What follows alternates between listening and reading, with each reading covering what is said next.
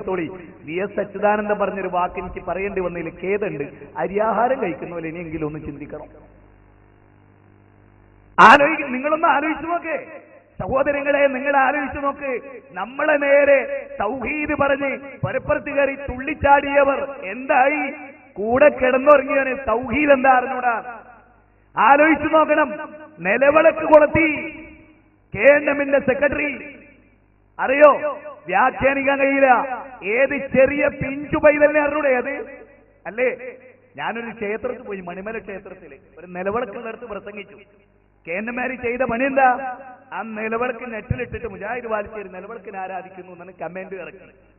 അല്ലേ? സത്യത്തിൽ ആ മണിമല ക്ഷേത്രത്തിൽ ഉണ്ടായതെന്താ? ആ നിലവിളക്കിന് ഇങ്ങനെ ചൂണ്ടി ബാക്കിലിരിക്കുന്ന നിലവിളക്ക് കൊളുത്തിയോട് പറഞ്ഞത് വമ്പിച്ച തെറ്റാണ്, ബൗദ്ധൈവത്താണ്, ചെയ്യരുത്, നരകത്തിലാണ്. അതാണ് ഞാൻ അവിടെ പറഞ്ഞത്. എന്നിട്ട് പോലും എന്താ ചെയ്തത്? ആ നിലവിളക്കെടുത്ത് വെച്ചിട്ട് ഞാൻ അതിനെ വിളിച്ചു പ്രാർത്ഥിച്ചു, ആരാധിച്ചു എന്നൊക്കെ പറഞ്ഞിട്ടാണ് അത്. അല്ലേ? ഇപ്പൊ എവിടെ എത്തി? ഹുസൈൻ സലഫിയര് പള്ളിക്ക് തറക്കല്ലിട്ടു. അയെടുത്തിന് എന്താ പറഞ്ഞ്? ജിന്ന് പൂജകർ ഇതാ അപ്പൊ കല്ലും ആരാധിക്കുന്നു. അതെ, എന്നിട്ട് പറഞ്ഞെന്നറിയോ? ക്ഷേത്രത്തിൽ തൗഹീദ് പറയുന്ന ബാലൻ എന്തുകൊണ്ട് എതിർത്തില്ല? നിങ്ങൾ ആലോചിക്കണം. ഇപ്പൊ എവിടെ എത്തി? നിലവിളക്കിന്റെ അടുത്ത് നിന്നതല്ല. ഈ മണിമല ക്ഷേത്രത്തിലൊരു സംഭവം ഉണ്ടായി. അതിനു മുമ്പ് ആ ക്ഷേത്രത്തിൽ പ്രസംഗിച്ച ഒരു മൊയ്ലിയാരെയും അവർ അന്ന് ക്ഷണിച്ചിരുന്നു. ആ മൊയ്ലിയാർ നിലവിളക്കിന് നേരെ ഇങ്ങനെ നീങ്ങിയപ്പോ ഞാൻ ബേക്കുന്ന ജുബ്ബ പിടിച്ചിങ്ങോട്ട് വലിച്ചു. ആ സാധു, അതായത് ഒരു മൊയ്ലിയാരാണ്, ആ സാധു എല്ലാരും ചെന്ന് നിലവിളക്ക് കൊടുത്തും ഞാൻ ആ സാധുവിനെ എല്ലാരും കാണുകയും ചെയ്ത് ഇങ്ങോട്ട് പിടിച്ചിന്റെ അടുത്തേക്ക് അടുപ്പിച്ച് അവിടെ നിർത്തി. അവിടെ വിളിച്ചു കൊടുത്തു. എല്ലാം കഴിഞ്ഞ് മൂപ്പനോട് വിട്ടുപോയി ഇരുന്നോളി പറഞ്ഞ കസേരയിൽ അവിടെ ഇരുന്നോളിയാ. എല്ലാം കഴിഞ്ഞപ്പോ അദ്ദേഹം എന്നോട് പറഞ്ഞ്, പടച്ചോനാണ് നിങ്ങൾ ഇന്നെ ആ പിടിച്ചു വലിച്ചുകൊണ്ട് ഞാൻ കഴിച്ചില്ലായി. കാരണം പ്രസംഗം അവസാനിച്ച മൂപ്പർക്ക് എന്റെ ഗൗരവം മനസ്സിലായത്. ഞാൻ പിടിച്ചു വലിച്ച മൂപ്പർക്ക് ഗൗരവം മനസ്സിലായിട്ടില്ല. എന്റെ പ്രസംഗം അവസാനിച്ചോ സത്യം അയാൾ എന്നെ കെട്ടിപ്പിടിച്ചു. പക്കാ ഒരു മുസ്ലിയാരാണ്. അയാൾ പറഞ്ഞു എനിക്ക് പഠിക്കണം.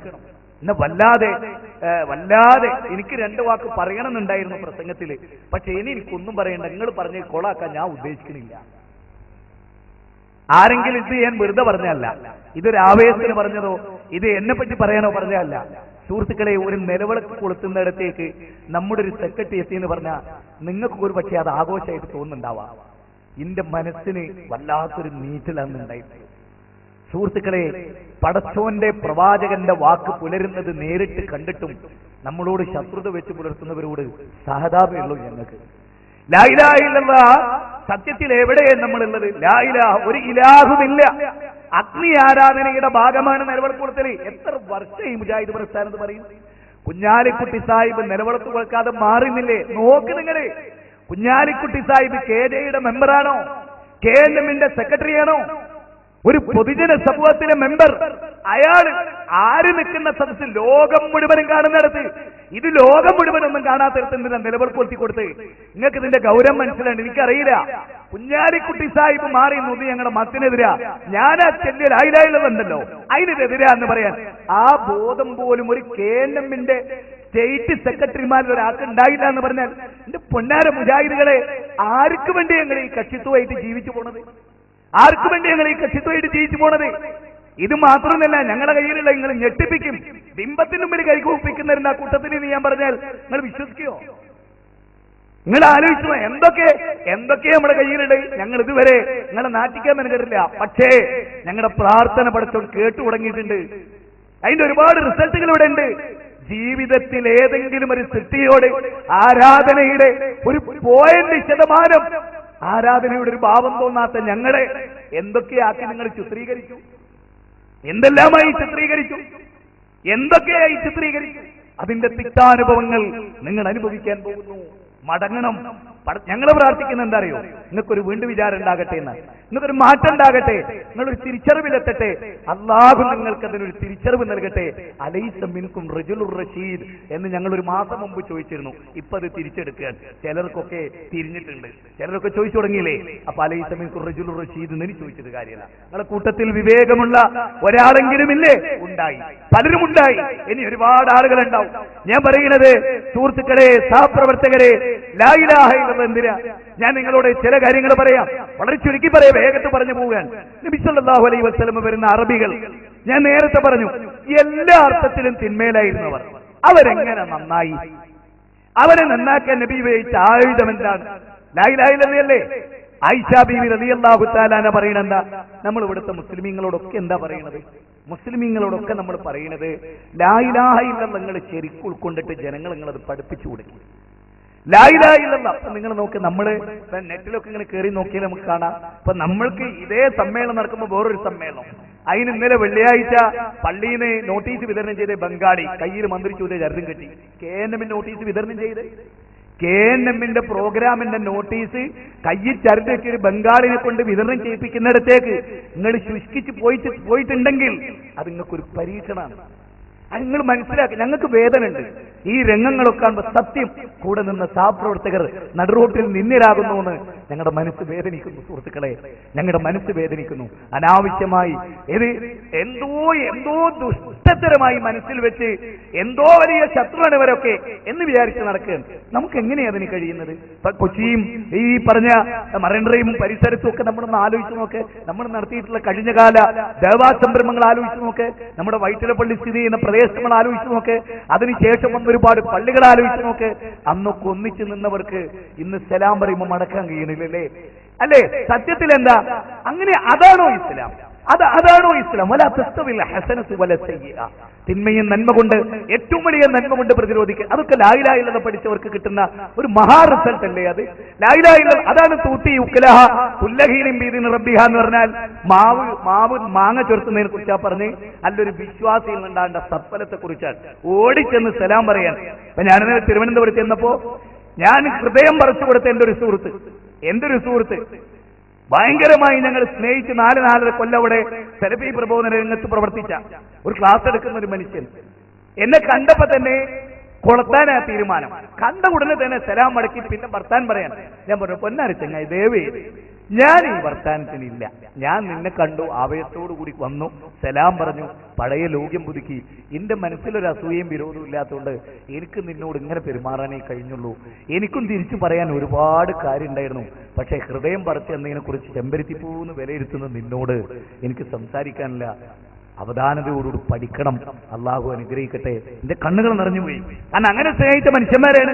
ആ മനുഷ്യന്മാരെ നമ്മൾ സലാം പറഞ്ഞു വിളിക്കുമ്പോൾ അങ്ങോട്ട് പോകാൻ, സലാം മടക്കിയാൽ നമുക്കൊരു സന്തോഷമാണ്. മടക്കാതെ തിരിഞ്ഞു പോകാൻ. അതിന് മാത്രം ഇവിടെ എന്തേ ഉണ്ടായത്? ഞാൻ ഒരുപാട് ആലോചിച്ചു. പല സ്ഥലത്തും ചോദിച്ചു 10 കൊല്ലം മുമ്പ് ഈ ഉള്ളവൻ പ്രസംഗിച്ച തൗഹീദിനെതിരായി ഈ 10 കൊല്ലത്തിന്റെ ഇപ്പുറത്ത് ഞാൻ എന്തേ കൂട്ടരെ പറഞ്ഞത്? ഞങ്ങൾ എന്തേ കൂട്ടരെ പറഞ്ഞത്? ഒരു ഉദാഹരണം, കണ്ണിന്റെ മുമ്പിൽ നേർക്കുനേരെ നിലവിളക്ക് കൊളുത്തിയെ കണ്ടിട്ടും ഇപ്പോഴും കുഴപ്പം ഞമ്മക്ക് തന്നെയല്ലേ? അല്ലേ? അതുപോലെ ഒരു ഉദാഹരണം, ഡാഡാ ജിന്നിനെ പിടിച്ചതിന്റെ പിക്ചർ ഇതടാ, ക്ലിപ്പിംഗ് ഇതടാ എന്ന് പറയാൻ കഴിഞ്ഞോ? നിലവിളക്ക് കൊളുത്തിയ ഡാഡാ എന്ന് പറഞ്ഞ് കാണിച്ചു കൊടുക്കാൻ നമ്മുടെ കയ്യിൽ. ക്രിസ്തുമസ് അപ്പൂപ്പനെ വെച്ച് പൂജിച്ച വലിയ സ്റ്റേറ്റ് നേതാവിന്റെ പിക്ചർ നമ്മുടെ കയ്യിലുണ്ട്. ഉണ്ണി യേശുവിനെ വെച്ച് ഡിസംബറിൽ ക്രിസ്തുമസ് ആഘോഷിച്ച സ്റ്റേറ്റ് നേതാവ്. 5 നേതാക്കന്മാരെടുത്ത 3ാമത്തെ ആള്. എന്തേ നമ്മൾ ഔട്ട് ചെയ്യാത്തത്? നമ്മൾ ക്ഷമിക്കുകയായിരുന്നു, പല കാര്യങ്ങളിൽ സഹിക്കുകയായിരുന്നു. വ്യക്തിപരമായി എല്ലാരെയും നമ്മൾ ഓർമ്മപ്പെടുത്തി. ഇപ്പൊ ജനങ്ങൾ നമ്മളൊന്നും അറിയണ്ട, ലോകത്ത് സാധാരണക്കാർ പറഞ്ഞുകൊള്ളുതൊക്കെ. സുഹൃത്തുക്കളെ, അവിടെയാണ് ഞാൻ ചോദിക്കുന്നത്, ലാ ഇലാഹ ഇല്ലല്ലാഹിലെ ലാ ഇലാഹ, ഒരാരാധ്യനുമില്ല. ഇത് പ്രഖ്യാപിക്കുമ്പോ എല്ലാ അർത്ഥത്തിലും ആരാധനയുടെ സമസ്ത ഭാവങ്ങളും കാര്യകാരണ ബന്ധത്തിനധീതമായി നമ്മളെ സഹായിക്കാൻ കഴിവുള്ള, അഭൗതികമായി നമ്മളെ സഹായിക്കാൻ കഴിവുള്ള ലോകത്തിന്റെ നാഥനോട് ചോദിക്കുന്നു നമ്മൾ. ആ ലാ ഇലാഹ ഇല്ലല്ലാഹ്. നോക്കേ, മക്കയിൽ ആയിഷാ ബീവി പറഞ്ഞ വാക്ക് പറഞ്ഞാണല്ലോ ഞാൻ ഇങ്ങോട്ട് വന്നത്. ആയിഷാ ബീവി പറഞ്ഞത് 13 കൊല്ലം പച്ചയായ ഒരു യാഥാർത്ഥ്യം. 13 കൊല്ലം എനിക്ക് ഏറ്റവും ഗൗരവമായി തോന്നിയ രംഗം ഞാൻ പറഞ്ഞോട്ടെ.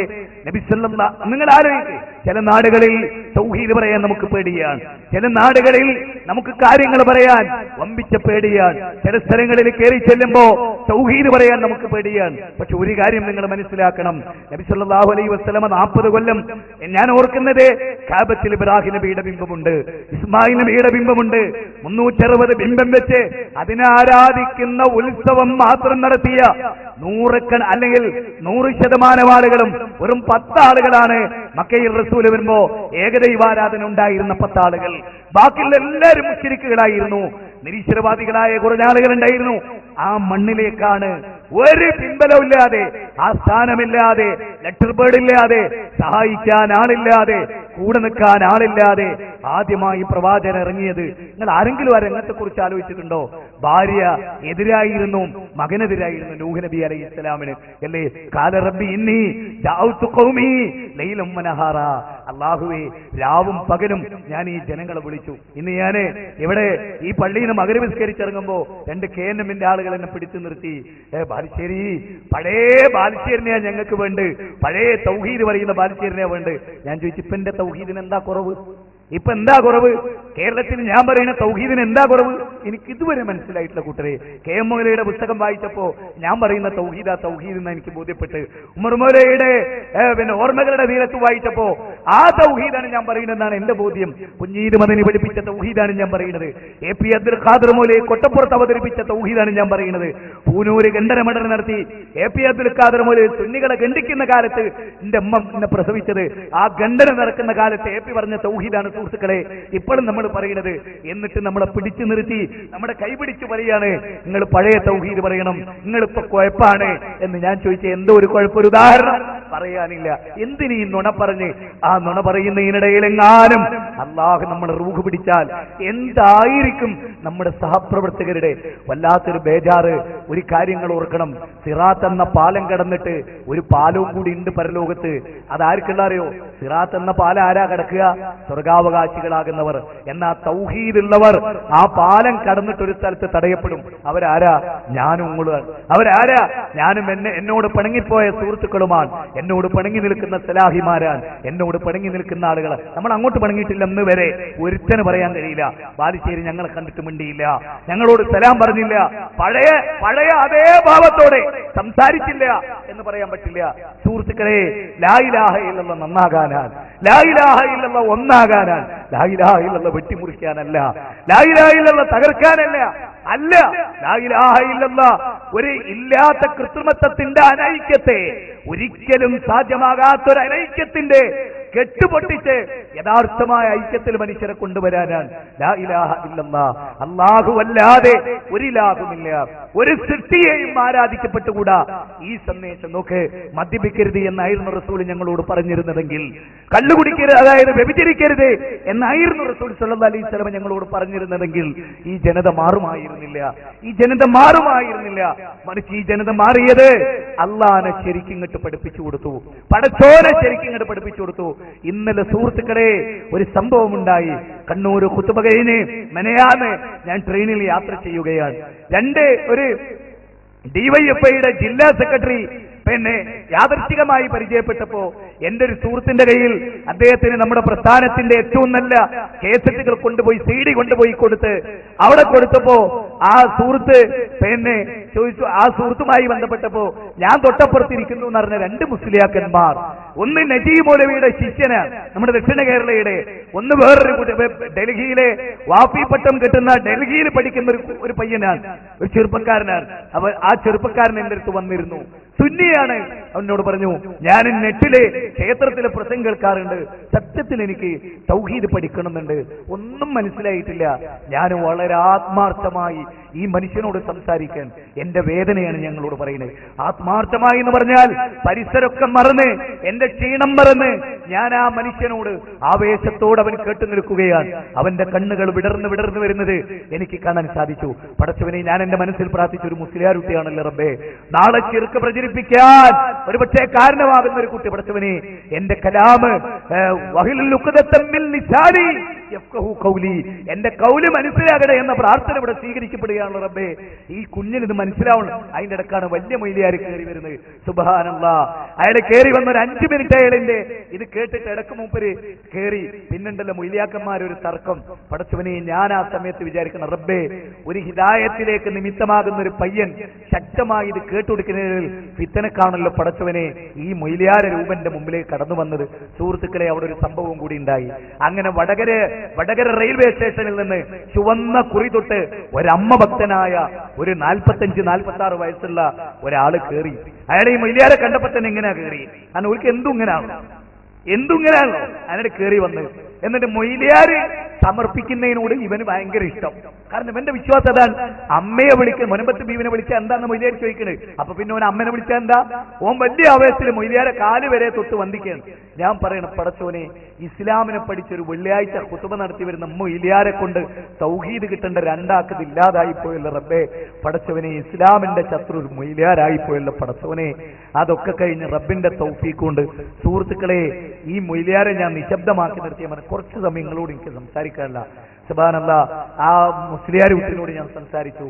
അവന്റെ മുഖവും ഭാവവും അവൻ അവസാനം എന്നെ തടവിയതൊക്കെ ഓർത്തപ്പോ എനിക്ക് തോന്നി അവന് മനസ്സിനെന്തോ സ്വാധീനിച്ചിട്ടുണ്ട്. ഞാൻ പ്രാർത്ഥിച്ച് നമ്പറൊക്കെ കൊടുത്ത് നമ്മളൊരു പ്രവർത്തകനുമായി ബന്ധപ്പെടുത്തി കൊടുത്ത്, അവൻ ഏറ്റവും ബന്ധപ്പെടാൻ പറ്റിയ തിരക്കില്ലാത്ത നമ്മുടെ ഒരു പ്രവർത്തനവുമായി ബന്ധപ്പെടുത്തി കൊടുത്ത് കോഴിക്കോട് 2 മൊയ്ലിയാമാര് ഇറങ്ങിയപ്പോ പിന്നെ എനിക്ക് പരപ്പനങ്ങാടി വരെ ഈ ഹിന്ദുവിനെ കിട്ടുകയാണ്. സുഹൃത്തുക്കളെ, സഹോദരങ്ങളെ, ആ മനുഷ്യനോട് ഞാൻ ചോദിച്ചു, നിനക്ക് അമ്മയുണ്ടോ? ആ, എനിക്ക് അമ്മയുണ്ട്. അമ്മയ്ക്ക് എത്ര വയസ്സായി? 70 വയസ്സായി. ഓഹോ, നീ ആരാധിക്കുന്ന ദൈവത്തെക്കാൾ 10 വയസ്സ് കൂടുതൽ നിന്റെ അമ്മക്കുണ്ടില്ലേ? ആ ആദ്യത്തെ ചോദ്യം തന്നെ അവന്റെ കണ്ണ് പുറത്തേക്ക് തള്ളി. അപ്പൊ ഞാനിങ്ങനെ ഞാൻ ചോദിച്ചു, ഋഗ്വേദം വായിച്ചിട്ടുണ്ടോ?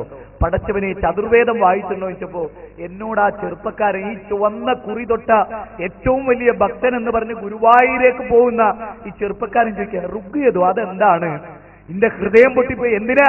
ഓന് ഹൃദയം അറിയാത്തയുള്ള ദുഃഖമല്ല, ഈ ഹിന്ദു സമൂഹത്തിൽ ഏറ്റവും ബേസിക്കായ ഒന്നുപോലെ അറിയാത്ത ഈ കുട്ടി എന്തോ ഒരു മായാലോകത്താണ്. ഈ ചെറുപ്പക്കാരൻ എന്തോ ഒരു മായാലോകത്താണ്. ഞാൻ അവനുമായി ആത്മാർത്ഥമായി സംസാരിച്ചു. 2 കാര്യം അതെന്തുകൊണ്ടുണ്ടായത്? കൊക്കിന് വെച്ചത് കൊളക്കൊയ്ക്ക് കിട്ടി. ഇത് കേട്ടിരുന്നവരിൽ പലരും ഈ കാര്യം പിന്നെ കേട്ടു. പിന്നെ എന്റെ കൂടെ ഉണ്ടായിരുന്ന നമ്മുടെ ഒരു സെൽഫി പ്രവർത്തകന്റെ നമ്പർ വാങ്ങിച്ചു, ഒരു ബന്ധപ്പെട്ടു, ഒരു വിളിച്ചു. ഇന്ന് സുഹൃത്തുക്കളെ, ആ ചെറുപ്പക്കാരൻ, ഞാൻ പരപ്പനങ്ങാടി ഇറങ്ങി തിരൂരിറങ്ങുമ്പോ നമ്മുടെ പ്രവർത്തകനോട് പ്രകടിപ്പിച്ച സന്തോഷവും, ഇനി ഞാൻ എന്റെ ജീവിതത്തിൽ ഈശ്വരനെ കുറിച്ച് ശരിക്കും, സുഹൃത്തുക്കളെ, ഏതൊരു ഇന്ത്യയിലെ 121 കോടി മനുഷ്യരും മരിച്ച് നരകത്തിലേക്ക് പോകുമ്പോ ഞാൻ നിങ്ങളും എന്ത് ദൗത്യം നിർവഹിച്ചു എന്ന് നിങ്ങൾ ചിന്തിച്ചിട്ടുണ്ടോ? ഇന്നലെ കൊല്ലം ജില്ലയിൽ കണ്ണനല്ലൂർ പ്രസംഗിച്ച് സുബ്ഹാനല്ലാഹ്, ഓരോ വരികൾ ഉദ്ധരിക്കുമ്പോഴും അമുസ്ലിങ്ങൾ വന്ന് കൂടിക്കൂടി നിന്ന് അവസാനം ഒരു ക്രിസ്ത്യാനി എന്റെ കൂടെ ഓടി ഞാൻ ഭക്ഷണം കഴിക്കുന്ന വീട്ടിൽ വന്ന് സഹായിക്കണമെന്ന് പറഞ്ഞ് അവന്റെ കണ്ണുകൾ നിറഞ്ഞ് എന്നെ കെട്ടിപ്പിടിച്ചു വിരിയുമ്പോ എനിക്ക് തോന്നി, സുഹൃത്തുക്കളെ, ഇതാണ് അല്ലാഹ് നമ്മളെ ഏൽപ്പിച്ച ദൗത്യം.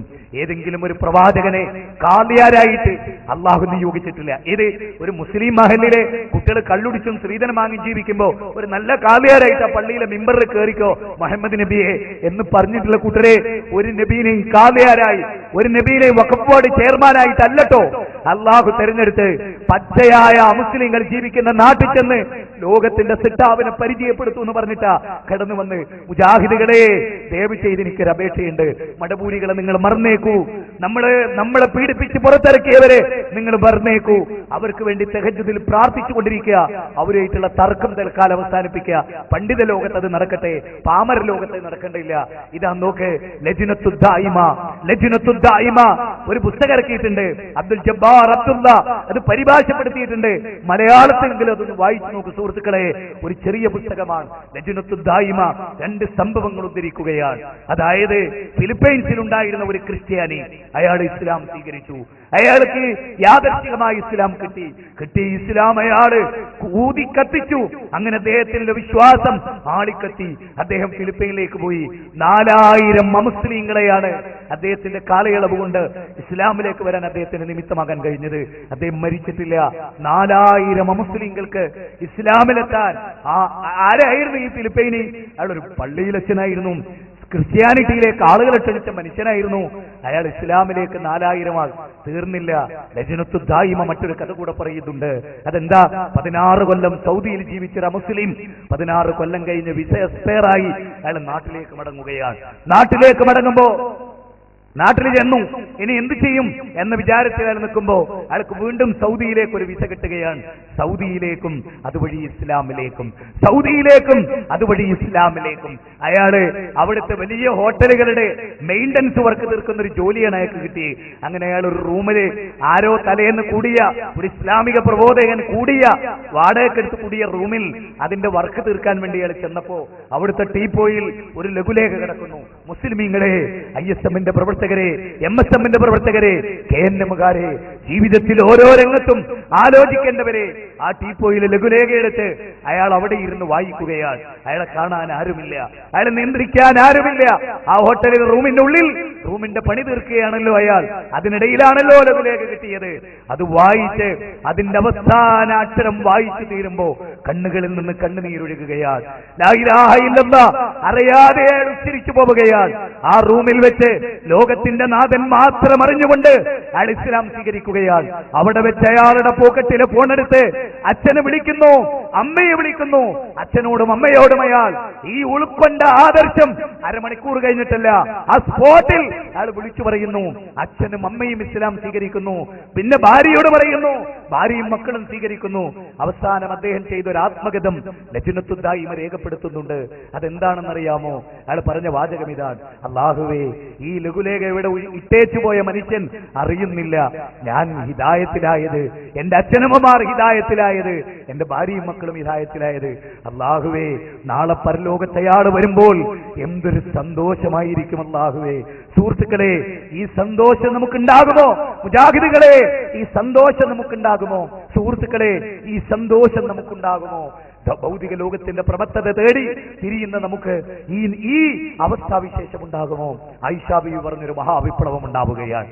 ആയിഷാ ബീവി പറഞ്ഞ് ഞാൻ ചുരുക്കുകയാണ്. ആയിഷാ ബീവി പറഞ്ഞ ഒരു മഹാവിപ്ലവം ഉണ്ടാവുകയാണ്. എന്താണ് ആ വിപ്ലവം? ലോകത്തിന്റെ ചരിത്രത്തിൽ നിങ്ങൾ ശ്രദ്ധിച്ചിട്ടുണ്ടോ? Alexander the great, Napoleon Bonaparte, Demosthenes, ഒരുപാട് ഭരണാധികാരികൾ, അതുപോലെ തന്നെ സാർ ചക്രവർത്തിമാർ, ലോകത്തിന്റെ കമ്മ്യൂണിസ്റ്റ് വിപ്ലവങ്ങൾ, ഇതൊക്കെ കഴിഞ്ഞ രാജ്യത്ത് മദ്യമുക്തമായ ഒരു രാജ്യമുണ്ടായിട്ടില്ല. ഇല്ല. ഇന്ന് പോലും നിങ്ങൾക്കറിയുമോ? ഈ കഴിഞ്ഞ ദിവസം പോലും നിങ്ങൾക്കറിയുമോ? പുനത്തിൽ കുഞ്ഞബ്ദുള്ള എന്ന് പറയുന്ന പുനത്തിൽ കുഞ്ഞിക്കണ്ണൻ, അവന്റെ പുതിയ പേരതാ. പുനത്തിൽ കുഞ്ഞബ്ദുള്ളയുടെ പുതിയ പേര് പുനത്തിൽ കുഞ്ഞിക്കണ്ണൻ എന്നാണ് അവന്റെ പേര്. ഈ ചങ്ങായിയുമായ ഒരു ഇന്റർവ്യൂ ഉണ്ടായിരുന്നു. ആ ഇന്റർവ്യൂ ലോകത്ത് കേരളത്തിന്റെ സാഹിത്യ ചരിത്രത്തിൽ ഇത്തരം വൃത്തികെട്ട ഒരു ജന്മത്തെ ചാനൽ വേറെ കണ്ടിട്ടുണ്ടാവില്ല. അയാൾ പറയുന്നെന്താ അറിയോ? പെണ്ണുങ്ങൾ വസ്ത്രം ധരിക്കരുത്, വിവാഹം വേണ്ട, കുട്ടികൾ വേണ്ട. പുനത്തിൽ കുഞ്ഞബ്ദു വന്ന് ജീവിച്ചിരിക്കുന്ന ആളാണ്. അയാൾ പറഞ്ഞു, ഞാൻ ഹിന്ദുവാണ്. ആര് പറഞ്ഞു നിങ്ങളോട് ഞാൻ മുസ്ലിമാണ് എന്ന്? അതുകൊണ്ട് അദ്ദേഹത്തിന്റെ പുതിയ പേര് പുനത്തിൽ കുഞ്ഞിക്കണ്ണൻ എന്നാണ് അയാളുടെ പുതിയ പേര്. പുനത്തിൽ കുഞ്ഞിക്കണ്ണൻ. മനസ്സിലായോ? ആ കുഞ്ഞിക്കണ്ണൻ ചോദിക്കാണ്, എന്റെ ഭാര്യ, ആ ഭാര്യയുമായി ഞാൻ ഒരിക്കലേ ബന്ധപ്പെട്ടിട്ടുള്ളൂ, എനിക്ക് കുട്ടിയുണ്ടായി, പിന്നെ ഞാൻ ഹിന്ദു മതം സ്വീകരിച്ചപ്പോൾ അവള് ഡൈവേഴ്സായി കഴിഞ്ഞ ദിവസം പോയി. എന്നിട്ട് അയാൾ പറയാണ്, എന്റെ ഭാര്യ ജീവിതത്തിൽ എന്നോട് ചോദിച്ചിരുന്നുവെങ്കിൽ ഞാൻ അപ്പുറത്തൊരാളെ കൂടെ പോയി കിടക്കട്ടെ എന്ന് ചോദിച്ചാൽ ഞാൻ അവളെ ഞാൻ മനസ്സ് തുറന്ന് പറയുമായിരുന്നു, പോയിട്ട് നിന്റെ ആവശ്യം കഴിഞ്ഞ് തിരിച്ചു വന്നോ എന്ന് ഞാൻ അവളോട് പറയുമായിരുന്നു. ഈ ദൈവത്തിന്റെ സ്വന്തം നാട് എന്ന് പറഞ്ഞ കേരളത്തിലാണ് ഈ ചെറുത്താൻ ഇത് ചലിച്ചു പോണത്. നിങ്ങൾ മനസ്സിലാക്കണം, ഇവരൊക്കെ സാഹിത്യകാരനാണ് അത്രേ. അല്ലെ, നിങ്ങളൊന്ന് ആലോചിച്ചു നോക്കണം. ഇതിവിടെ നടന്നതാ അപ്പൊ കഴിഞ്ഞ ദിവസം. ഓൻ പറയാണ്, എന്റെ ഭാര്യ എന്നോട് ചോദിക്കാത്തത് കൊണ്ട് ഞാൻ പറഞ്ഞു, എന്നോട് ചോദിച്ചിരുന്നുവെങ്കിൽ ഞാൻ പല പുരുഷന്മാരെ കൂടെ അന്തി ഉറങ്ങട്ടെ എന്ന്.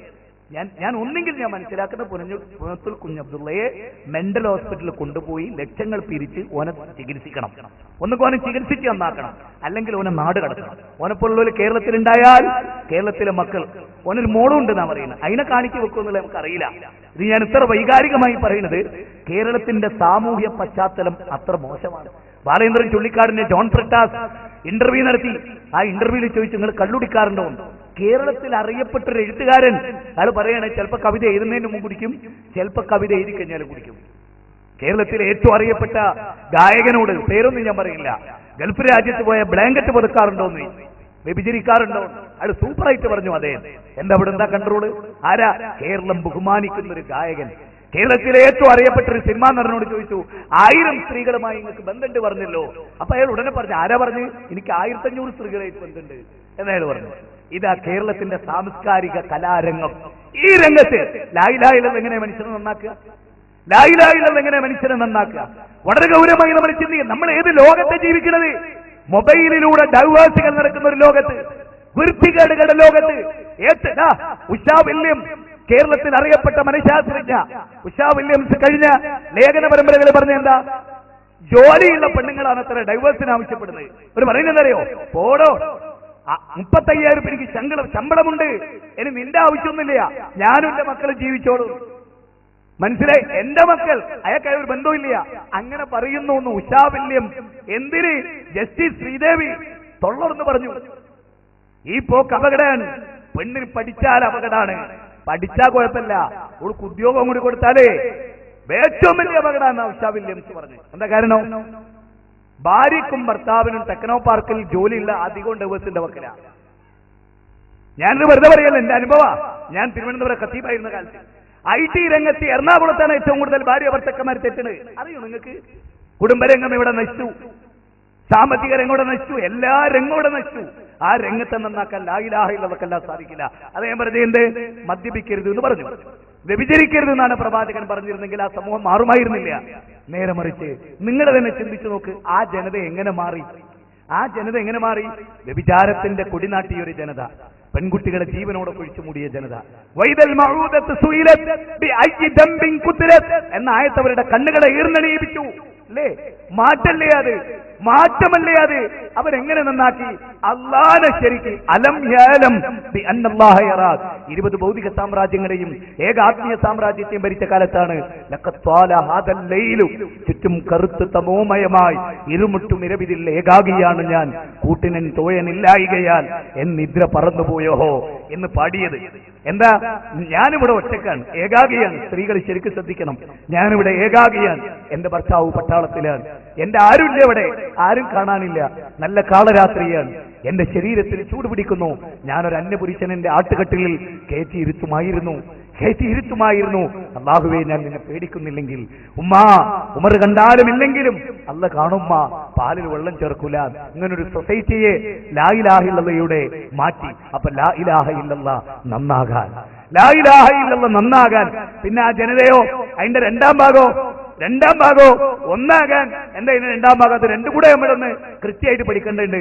ഒന്ന് നിങ്ങൾ നോക്ക്, കള്ളിൽ മുങ്ങിക്കുളിച്ച് അബ്കാരി കോൺട്രാക്ടറായ അബൂത്തല്ലത്തിൽ അൻസാരി കള്ള് വിളമ്പിക്കൊണ്ടിരിക്കുന്നിടത്ത്, അവിടെ പിന്നെ സീറ്റിലിരിക്കുന്നിടത്ത്, കേശറായിരിക്കുന്നിടത്ത്, ജാബിറുല്ലാന് കള്ളു വിളമ്പുന്നിടത്ത്, നിങ്ങൾ ആലോചിച്ച് നോക്ക്, അൻസറുല്ലാന് കള്ളു വിളമ്പുന്നിടത്ത് മദീനയുടെ തെരുവിലൂടെ ഒരു പയ്യൻ വിളിച്ചു പറഞ്ഞു കൊണ്ടുപോയി, യാ അയ്യുഹല്ലദീന ആമനൂ ഇന്നമൽ ഖംറു വൽ മൈസിർ, ഇന്നമൽ ഖംറു വൽ മൈസിർ. ഇതാ മദ്യപാനവും ചൂതാട്ടവും ലോട്ടറിയും എല്ലാം നിങ്ങൾക്ക് അല്ലാഹു നിരോധിച്ചിരിക്കുന്നു. അത് കേട്ടുവന്ന് ചതിച്ചല്ലോ യജമാനനെ നല്ല പറഞ്ഞ്, ആരെ? അൻസറുല്ലാനി ചതിച്ചല്ലോ എന്നല്ല പറഞ്ഞ്, മദ്യം ഹറാമാക്കിയിരിക്കുന്നു. അല്ലേ? നിങ്ങൾ നോക്ക്, ലോക ചരിത്രത്തിൽ ഇങ്ങനെ ഒരു സംഭവം ഉണ്ടോ? മദ്യം ഹറാമാക്കി എന്നറിഞ്ഞപ്പോ കോടാലിയെടുത്ത് മദ്യത്തിന്റെ ചഷകങ്ങൾ, അതായത് ഒരു ഒട്ടകം മുങ്ങിപ്പോകാൻ മാത്രമുള്ള ബാരലുകൾ, ഈത്തപ്പനയുടെ അടിഭാഗം കട്ട് ചെയ്തിട്ട്, അതായത് അതിന്റെ ഒരു ബേസ് ഇത്ര നിർത്തിയിട്ട് കട്ട് ചെയ്തിട്ട് അത് മൊത്തത്തിൽ അവര് ചീട്ടിട്ട് അതിൽ പിന്നെ വമ്പിച്ച മദ്യം, അതിൽ ഒട്ടകം മുങ്ങിപ്പോകുന്ന വലുപ്പത്തിൽ അവർ സംവിധാനിച്ചിരുന്നു. അതൊക്കെ അടിച്ചെടുപ്പൊളിച്ചു. ഏറ്റവും രസകരമായ സംഗതി എന്താ പറയുക, ചരിത്രത്തില് ഞാൻ ഞെട്ടിപ്പോയ ഒരു സംഗതി, ആ മദ്യ ആയത്തിറങ്ങിയപ്പോ അവർ കുടിച്ചുകൊണ്ടിരുന്ന ഗ്ലാസ് സ്വാഭാവികമായും ഒരു പെഗ്ഗൂടെ അടിച്ചിട്ട്, അല്ലെങ്കിൽ ആ ഗ്ലാസ്സിലുള്ളതും കൂടെ കുടിച്ചിട്ട് എന്നല്ല, ആ ഗ്ലാസ് അവർ തട്ടിമറിച്ചു. അവരുടെ വായിലേക്ക് അവർ കൈയിട്ട് ഛർദ്ദിച്ചു. ഡ്രസ്സിൽ എവിടെയെങ്കിലും മദ്യമായിട്ടുണ്ടെങ്കിൽ അവരത് ഉപേക്ഷിച്ചു. തീർന്നില്ല, അഞ്ചാമത്തെ കാര്യം എന്നെ വല്ലാതെ കിടിലം കൊള്ളിച്ചു കളഞ്ഞു. അവർ ചോദിച്ചു, നബിയേ, മദ്യപിച്ച് യുദ്ധം ചെയ്ത ചിലരുണ്ടല്ലോ നബിയേ, എന്താ അവരെ വിധി? നോക്കൂ, മദ്യപിച്ച് യുദ്ധം ചെയ്ത ചിലരുണ്ടല്ലോ നബിയേ, എന്താ അവരെ വിധി? ആ മനുഷ്യന്റെ മാറ്റം, ആ മനുഷ്യരുടെ മാറ്റം ലാ ഇലാഹ ഇല്ലല്ലാഹ് ഉണ്ടായത് ആ മനുഷ്യരെ. അതെ, അതുകൊണ്ടാണ് സൂറത്ത് ബഖറയിലെ 278-ാമത്തെ ആയത്ത് ഹജ്ജത്തുൽ വിദാഇൽ റസൂൽ ഓതിക്കൊടുത്തു, പലിശ ഹറാമാക്കിക്കൊണ്ട്.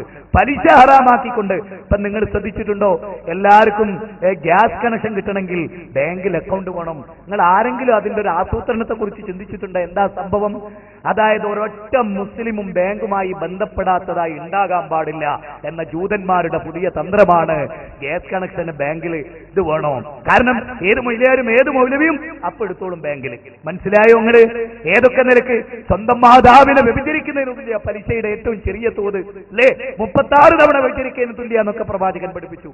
ആ പലിശ നിരോധിച്ചുകൊണ്ട് റസൂലുള്ള ഖുർആൻ ഓതിക്കൊടുത്തപ്പോ ആ മഹാസദസ്സെന്ന് നബിയുടെ എളാപ്പ എഴുന്നേറ്റു. എന്നിട്ട് ചോദിച്ചു റസൂലുള്ളാഹിനോട് ചോദിച്ചു, അല്ല മോനെ, അബ്ബാസ് ഇബ്നു അബ്ദുൽ മുത്തലിബ് അവിടുന്ന് ചാടി എണീച്ചു, മോനെ, പലിശ അല്ലാഹ് ഹറാമാക്കിയോ?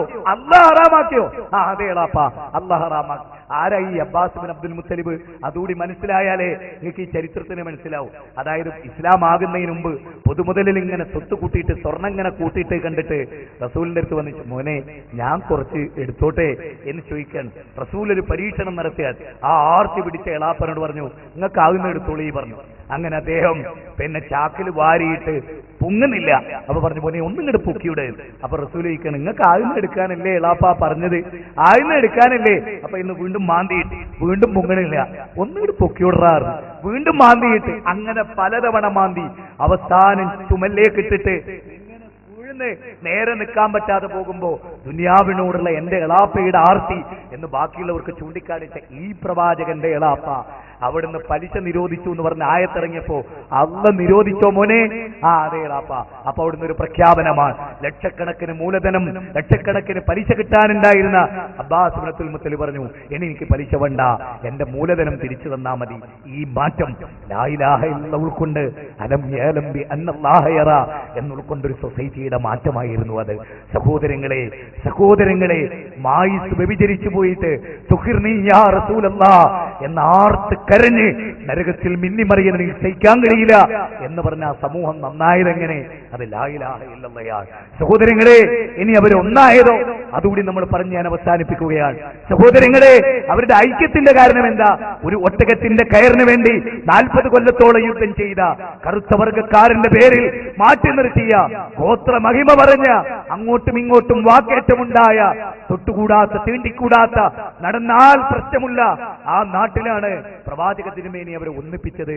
എത്രത്തോളം ഒന്നിപ്പിച്ചു? മക്കയിലെ ത്യാഗപൂർണമായ ജീവിതം കഴിഞ്ഞ് മദീനയിൽ അവരെത്തി. ആ മദീനയിലെത്തിയ ആ കൗമിനെ പറ്റി അല്ല പറയാൻ, ചരിത്രത്തിൽ തുല്യതയില്ലാത്ത യൂസിറൂന അലാ അൻഫുസിഹിം വലൗ കാന ബിഹിം ഖസാസാ, സ്വന്തത്തെക്കാളും മറ്റുള്ളവർക്ക് പ്രാധാന്യം നൽകുന്ന ആളുകളായവർ മാറി സ്വന്തത്തെക്കാളും മറ്റുള്ളവർക്ക് പ്രാധാന്യം അവർ നൽകി. അവരെക്കാൾ അവരെ സ്നേഹിച്ചു. അവസാനം റസൂൽ എന്ന് പറയുന്ന ഒരു വാക്കുണ്ട്, മിമ്പറിൽ മരിക്കുന്നതിന്റെ തൊട്ടു ദിനങ്ങളുടെ മുമ്പിലിരുന്ന് നബിക്ക് എഴുന്നേറ്റ് നിൽക്കാൻ വയ്യാതെ ആ 3 അടിയുള്ള മിമ്പറിലിരുന്ന് റസൂൽ അവസാനം പറഞ്ഞു, അല്ലയോ മുഹാജിറുകളെ, അൻസാറുകളുടെ കാര്യം നിങ്ങൾ ഓർക്കണം കേട്ടോ. അല്ലയോ അൻസാറുകളെ, നിങ്ങൾക്ക് മുഹാജിറുകളോട് ഒന്നും തോന്നരുത് കേട്ടോ. സ്നേഹിക്കുകയായിരുന്നു, ആദരിക്കുകയായിരുന്നു, അംഗീകരിക്കുകയായിരുന്നു, ഒരു ചീർപ്പിലെ പല്ലുകളെ പോലെ സ്വീകരിക്കുകയായിരുന്നു. എന്റെ പ്രിയപ്പെട്ട മുജാഹിദുകളെ, മുഖത്തോട് മുഖം ചേർന്ന് സലാം പറയാതെ പോകുന്ന നീ ഏത് തൗഹീദ് ഉൾക്കൊണ്ടവനാണോ മനസ്സിൽ? ഏത് തൗഹീദ് സ്വീകരിച്ചവനാണ്? യർമൂക്കിന്റെ രണഭൂമിയിൽ അറിഞ്ഞോ നിങ്ങൾ? യർമൂക്കിന്റെ രണഭൂമിയിലെ കമാൻഡർ ഒരാർത്തനാദം കേൾക്കുകയാണ്. ദാഹിച്ച് തൊണ്ടവരുണ്ട്, കടലിലെ വെള്ളം കുടിക്കാൻ ദാഹാർത്ഥമായ ഒരു ചെറുപ്പക്കാരനെ അങ്ങോട്ട് ഓടിച്ചെല്ലുമ്പോ പെട്ടെന്ന് തടുത്തു നിർത്തുന്നു. വേണ്ട, അതാ അപ്പുറത്തുനിന്നൊരു കരച്ചിൽ കേൾക്കുന്നു. എന്റെ സഹോദരൻ, എന്റെ ദാഹമല്ല, അവന്റെ ദാഹമാണ് വലുത്, കൊണ്ടുപോയി കൊടുക്കൂ. അവിടെ എത്തി, അയാളുടെ കരച്ചിലുള്ളിടത്തെത്തി. അയാൾ പറഞ്ഞു, നിൽക്ക്, തൊട്ടപ്പുറത്തുന്നതൊരു കരച്ചിൽ. അയാൾ ഓടി അവിടെ എത്തുമ്പോ ആ ആള് മരിച്ചുപോയി. തിരിച്ച് ഇയാളെടുത്ത് വന്നപ്പോ ഇയാളും മരിച്ചു. ആദ്യത്തെ ആളെടുത്തും അയാളും മരിച്ചു. സ്നേഹം കൊണ്ട് ദാഹിച്ചൊരു മുറുക്ക് വെള്ളം കുടിക്കാതെ സ്വന്തം സഹോദരന് വേണ്ടി മാറ്റിവെച്ച ആ ഉമ്മത്തുമായി എന്ത് ബന്ധമടോ സെലഫികളെ എന്ന് ദുനിയാവിൽ ഒരാൾ എഴുന്നേറ്റെന്ന് ചോദിച്ചാൽ തലയും താത്തി തലയിൽ മുണ്ടിട്ട് നടക്കാൻ യോഗ്യതയായി പോയ ഖൗമേ, ലാ ഇലാഹ ഇല്ലല്ലാഹ് നന്നാകാനും ഒന്നാകാനും അല്ലേ? നബവിയിലിരുന്ന് റസൂലുള്ളാഹി പറയാൻ, ഒരാളിപ്പോ ഇങ്ങോട്ട് വരും, ആള് സ്വർഗത്തിലാണ്. ഒരാൾ ഇങ്ങോട്ട് വരും, ആള് സ്വർഗത്തിലാണ്. അപ്പൊ അവർ നോക്കുമ്പോൾ നീണ്ടും മെലിഞ്ഞ് ഒരു കയ്യിൽ ചെരുപ്പും ഇടത്തെ കയ്യിൽ ചെരുപ്പും ഒതുവിന്റെ വെള്ളവും വലിപ്പിച്ച് ഒരു മനുഷ്യൻ ഇങ്ങനെ വരുന്നുണ്ട്. അവര് നോക്കിയപ്പോ സഅദ് ഇബ്നു അബീ വഖാസ്. അവർ അത്ഭുതപ്പെട്ടു പോയി. 3 തവണ 3 ട്രിപ്പിൽ റസൂലുള്ളാഹി പറഞ്ഞ ഒരാളിങ്ങോട്ട് വരും, ആള് സ്വർഗത്തിലാണ്. Abdullah ibn Amr bin al As റളിയല്ലാഹു 3 ദിവസം അദ്ദേഹത്തിന്റെ വീട്ടിൽ പോയിട്ട് അദ്ദേഹത്തിന്റെ സ്വഭാവം പരിശോധിച്ചു. പ്രത്യേകിച്ച് വ്യത്യാസമൊന്നുമില്ല. ഇവർ ചെയ്യുന്ന ആരാധന വ്യത്യസ്തമായി സഅദ് ഇബ്നു അബീ വഖാസ് ഒന്നും ചെയ്യുന്നില്ല. ഇതെല്ലാം കഴിഞ്ഞ് 3ന്റെ അന്ന് തിരിച്ചു പോരുമ്പോ അബ്ദുല്ലാഹ് ഇബ്നു അംർ ബിൻ ലാസ് ചോദിച്ചു, അല്ലയോ സഅദ് ഇബ്നു അബീ വഖാസ്, ഞാൻ വെറുതെ വന്നതായിരുന്നില്ല, നിങ്ങൾ സ്വർഗത്തിലാണെന്ന് റസൂലുള്ളാഹി മസ്ജിദ് നബവിയിൽ വെച്ച് പറഞ്ഞപ്പോ നിങ്ങളുടെ മഹത്വം അറിയാൻ വന്നതാ. എന്നിൽ നിന്ന് നിങ്ങൾക്ക് എന്തെങ്കിലും ഒരു പ്രത്യേകതയുള്ളതായി എനിക്ക് തോന്നിയില്ല. എന്താണ്? അപ്പൊ അദ്ദേഹം പറയാൻ, ഞാൻ കരുതുന്നത്, സഅദ് ഇബ്നു അബീ വഖാസ് എന്നിട്ട് പറയാൻ, ഞാൻ കരുതുന്നത് എന്റെ വിരിപ്പിലേക്ക് ഞാൻ തലവെക്കുമ്പോ എനിക്കൊരാളോടും അസൂയയില്ല, എനിക്കൊരാളോടും പകയില്ല, ഒരാളോടും എന്റെ മനസ്സിൽ വേദനയില്ല. ഞാൻ ഒന്ന് ചോദിച്ചു കൊള്ളട്ടെ, എന്റെ ഏതെങ്കിലും ഒരു ആശയത്തോട് ഒരല്പം വിയോജിപ്പ് എന്റെ ഏതെങ്കിലും ഒരു സുഹൃത്ത് പ്രകടിപ്പിക്കുന്നു പറഞ്ഞാൽ ഒരു പ്രത്യേക കണ്ണുകൊണ്ട് അന്നു മുതൽ ഞാൻ എന്റെ സുഹൃത്തിനെ കാണുന്നെങ്കിൽ ഞാൻ എന്ത് സെലഫിയാൻ, ഞാൻ എന്ത് സെലഫിയാൻ, ഞാൻ എന്ത് മുഅ്മിനാൻ. എന്റെ സഹോദരന്റെ ചെറിയ ന്യൂനതയെ എനിക്ക് കൊടുക്കാൻ കഴിയുന്നില്ലെങ്കിൽ ഞാൻ എന്ത് സെലഫിയാൻ. അതല്ലേ അള്ളാഹുവിന്റെ ഗ്രന്ഥം സൂറത്തു ആൽ ഇംറാനിലെ 133-ാമത്തെ വചനത്തിൽ പറഞ്ഞത്, വല്ലദീന യുംഫിഖൂന ഫിസ്സറാഇ വല്ലറാഇ വൽഖാലിമീനൽ ഗൈല വആഫീന അനിന്നാസ് വല്ലാഹു യുഹിബ്ബുൽ മുഹ്സിനീൻ. സമ്പത്തുള്ളപ്പോഴും ഇല്ലാത്തപ്പോഴും ചെലവഴിക്കുകയും കോപം വരുമ്പോൾ ഒതുക്കി വെക്കുകയും ജനങ്ങൾക്ക് മുഴുവനും മാപ്പ് കൊടുക്കുകയും സാരമില്ല, പകപോക്കേണ്ടതില്ല, എനിക്ക് നിന്നോട് വിരോധമില്ല എന്ന് പറയേണ്ടവരല്ലേ നമ്മൾ. എന്റെ മനസ്സിൽ ഒരിക്കലും മായാത്ത ഒരു സംഭവം എന്റെ മനസ്സിലുണ്ട്. ഞാനത് ഈ സദസ്സിന് മനസ്സിലാക്കാൻ വേണ്ടി പറയാൻ. സഹോദരങ്ങളെ, ആലുവയിലെ സെൽഫി മസ്ജിദിൽ ഉള്ളവൻ ഖുതുബ പറഞ്ഞിട്ടുണ്ട്, അവിടെ ഉള്ളവൻ ക്ലാസ് എടുത്തിട്ടുണ്ട്. അവിടെ ആ ആലുവ മസ്ജിദിന്റെ പിരിവിൽ എന്റെ ശബ്ദം നിർണായകമായ പങ്ക് വഹിച്ചിട്ടുണ്ട്. അതെല്ലാം അല്ലാഹുവിന്റെ അക്കൗണ്ടിലേക്ക് നമ്മൾ വിടുന്നു. ആ പള്ളിയിലേക്ക് ഞാൻ നമസ്കരിക്കാൻ ചെല്ലുമ്പോൾ നമ്മുടെ ഏറ്റവും പ്രിയങ്കരായ കുറെ പ്രബോധകർ, പണ്ഡിതന്മാർ, ആ പള്ളിയിലെ ഖതീബ്, നമ്മുടെ KNM-ന്റെ വലിയ ട്രഷറർ, എല്ലാവരുമുള്ള പള്ളിയിലേക്ക് ഈ ഉള്ളവൻ കയറി വരികയാണ്. എന്റെ ഏറ്റവും പ്രിയങ്കരനായ സലാഹി അവിടെ നിൽക്കുന്നുണ്ട്. ജാമ്യയിലെ ബോർഡിങ്ങിൽ ഞാൻ പഠിച്ചപ്പോ എന്റെ സീനിയറായി ഫൈനലിന് പഠിക്കുന്ന എന്റെ പ്രിയപ്പെട്ട എന്നെ മോനേന്നല്ലാതെ വിളിച്ചിട്ടില്ലാത്ത എന്റെ സലാഹി, സലാമു അലൈക്കും വറഹ്മത്തുള്ളാഹി എന്ന് മനസ്സിലൊരു കറയുമില്ലാതെ ഞാൻ സലാം പറഞ്ഞു. പക്ഷേ അദ്ദേഹം മടക്കിയില്ല. ഞാൻ അദ്ദേഹത്തിന്റെ കുപ്പായം പിടിച്ച് സ്നേഹത്തോടെ എന്നിലേക്ക് ചേർത്ത് പിടിച്ചുകൊണ്ട് ഞാൻ ചോദിച്ചു, എന്തേ നിങ്ങൾ എനിക്ക് സലാം മടക്കാത്തത്? അപ്പൊ പറഞ്ഞു, ഞാൻ മടക്കിയല്ലോ. ഞാൻ ചോദിച്ചു, എവിടെ മടക്കി? നിങ്ങളുടെ ശബ്ദം പുറത്തേക്ക് വന്നില്ലല്ലോ, പലരും നിങ്ങളെപ്പറ്റി അങ്ങനെ പറയുന്നുണ്ടല്ലോ, നിങ്ങൾക്ക് എന്ത് പറ്റി? നല്ലൊരു മനുഷ്യനായിരുന്നല്ലോ നിങ്ങൾ എന്ന് ഞാൻ ചോദിച്ചു. എന്റെ പ്രിയപ്പെട്ട, ഞാൻ പേര് പറയും, എന്റെ പ്രിയപ്പെട്ട ഷാരിഖിനെ ഞാൻ മാടി വിളിച്ചു, സലാം പറഞ്ഞു, മടക്കാതെ തിരിച്ചുപോയി. ഞാൻ അവനോട് എന്ത് തെറ്റ് ചെയ്തു എന്നെനിക്കറിയില്ല. ലാ ഇലാഹ ഇല്ലല്ലാഹ് നന്നാകാനാണ്, ലാ ഇലാഹ ഇല്ലല്ലാഹ് ഒന്നാകാനാണ്. ആ സിറാത്ത് എന്ന പാലം കടന്നു പോകുമ്പോ എനിക്കെന്റെ ഷാരിഖിനോട് വിരോധമില്ല, എനിക്കെന്റെ സുഹൃത്തുക്കളോട് വിരോധമില്ല. അനസും മനീഫയും ഇരിക്കുന്നു ആ പള്ളിയിൽ. ഞാൻ നേരെ ചെന്ന് സലാം, ആദ്യം ഞാൻ നൂർഷക്കാക്ക് സലാം പറഞ്ഞു. എന്നോട് പറഞ്ഞു, നിന്നെ പറ്റിയാണ് ഇവിടെ പറഞ്ഞുകൊണ്ടിരിക്കുന്നത്, പറഞ്ഞോളൂ പറഞ്ഞോളൂ, ഞാൻ നമസ്കരിക്കട്ടെ എന്ന് പറഞ്ഞു. ഹനീഫയെ കണ്ടു, ഞാൻ താടിയിൽ സ്നേഹത്തോടുകൂടി പിടിച്ചോ പറഞ്ഞു, നിന്റെ ആദർശം വേറെയാണ്, വിട്ടുനിൽക്ക് എന്ന് പറഞ്ഞു. എനിക്കതിൽ വിഷമമില്ല. സുഹൃത്തുക്കളെ, നമ്മുടെ കൂട്ടുകാർ, നമ്മുടെ പണ്ഡിതന്മാർ കേടുവന്നു പോകുന്നതിൽ നമുക്ക് ദുഃഖമുണ്ട്. തിരിച്ചവരോട് നമ്മൾ കാണിച്ചാലും എല്ലാവരുടെയും വിധി തുല്യമാണ്. നമ്മൾ ആരാ? കുൻതും ഖൈറ ഉമ്മ ഉഖ്രിജത്തിൽ ലിന്നാസ് തഅമുറൂന ബിൽ മഅറൂഫ് വതൻഹൗന അനിൽ മുൻകർ. ലോക ജനങ്ങൾക്ക് വേണ്ടി ഉയർത്തെഴുന്നേൽപ്പിക്കപ്പെട്ട രാമനും ചന്ദനും കൃഷ്ണനും കുഞ്ഞിക്കണ്ണനും ജീവിച്ച് കള്ളു കുടിച്ച് കള്ളുചാപ്പിന് മുമ്പിൽ കിടന്ന് തർക്കിച്ച് വാഹനം വന്നപ്പോൾ അതിനടിയിൽ കിടന്ന് മരിച്ചുപോയ നമ്മുടെ ദേവദാസിന് വേണ്ടി, നമ്മുടെ കുഞ്ഞിക്കണ്ണന് വേണ്ടി, ലാ ഇലാഹ ഇല്ലല്ലാഹയുടെ മഹത്വത്തിന് വേണ്ടി ഒന്നിച്ചുകൂടെ നമുക്ക്? കണ്ടില്ലേ, ഒരു വലിയ ജനപ്രവാഹം വിശ്വാസ പ്രഖ്യാപനം നടത്തി, കുരിശും വരച്ച് യേശുവിനെയും വിളിച്ച് അള്ളാഹ്ക്ക് പുത്രനെന്ന് വിശ്വസിച്ച് ആ താളവും മോളവും തെറ്റി പെൺകുട്ടികളും കുഞ്ഞുങ്ങളും പോയപ്പോ എന്റെ മനസ്സിലുണ്ടായത് എന്താണെന്നറിയോ? വയുൻദിറല്ലദീന ഖാലു തഖദല്ലാഹു വലദാ, വയുൻദിറല്ലദീന ഖാലു തഖദല്ലാഹു വലദാ. 18-ാം അധ്യായത്തിലെ വാചകാത്. അള്ളാഹുവിനൊരു കുട്ടിയുണ്ട് എന്ന് പറയുന്ന ക്രിസ്ത്യാനികൾക്ക് താക്കീതായി സമ്മേളനം. ആ സമയത്തെങ്ങാനും ഒരവസരം എനിക്ക് കിട്ടിയിരുന്നുവെങ്കിൽ ഞാൻ വിളിച്ചു പറഞ്ഞു